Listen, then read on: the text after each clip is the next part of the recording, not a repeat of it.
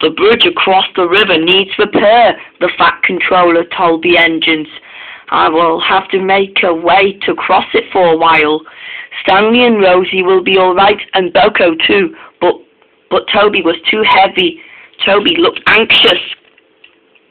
How would you like to go and help Oliver? Suggested the Fat Controller.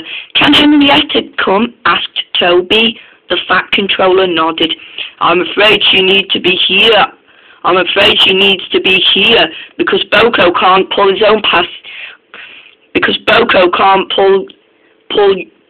his own passengers on his own. But Rosie promised to look after Henrietta, but she was sorry to see Toby go. To cheer Toby up, Oliver took him to see Molly and Dennis, who still works with both Oliver and Thomas. Oh, we never met a tram engine before, smiled Molly, because I'm enjoying new experience. You're right there, interrupted Dennis. We never met a tram engine, but is his name Toby, or does he look like Flora or someone like that? Suggested Dennis. But Molly, feeling anxious, spoke to Oliver. No, but seriously, Oliver, she suggested, why come the Fat Controller doesn't paint engines with proper colours, like us, for instance? Toby rang his bell in dignity. Ding, ding, ding, ding. Let me tell you, he began. All right, you two, laughed Oliver. Go move those trucks, and there won't be room for us anymore. And so Molly and Dennis puffed away happily. You just don't have to take him so seriously, explained Oliver. Toby chuckled. I wish you will know how to deal with them, he said. But near the harbour, the line crosses the lane.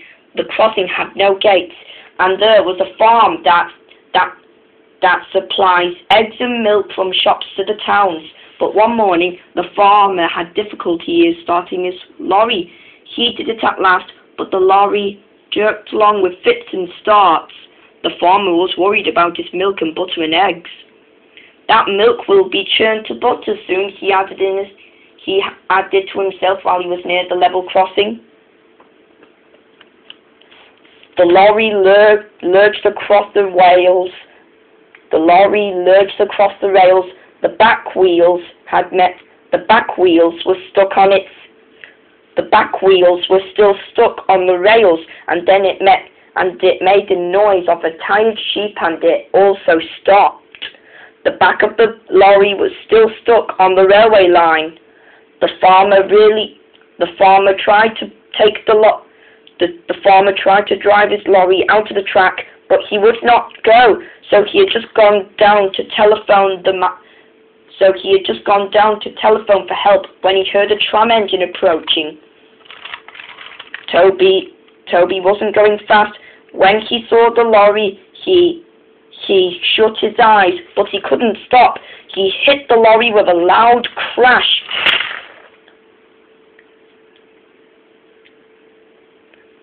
The force of a blow spun the lorry round. Splintered wood bloated everywhere, and eggs, butter and milk were catapulted all over Toby. Ugh, he explained and stopped. Just look at my poor old lorry, the farmer said sadly while he was merging over the shelter. What a way to make an omelette, suggested Toby's driver.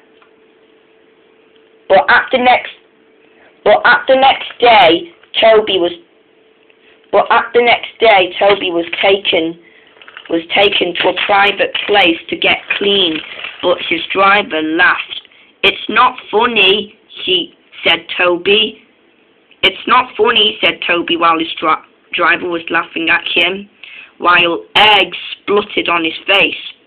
You're not standing as I am, Toby. You look like a scrambled egg. Well, I feel sticky as I do, and it's very uncomfortable, said Toby. Please clean me.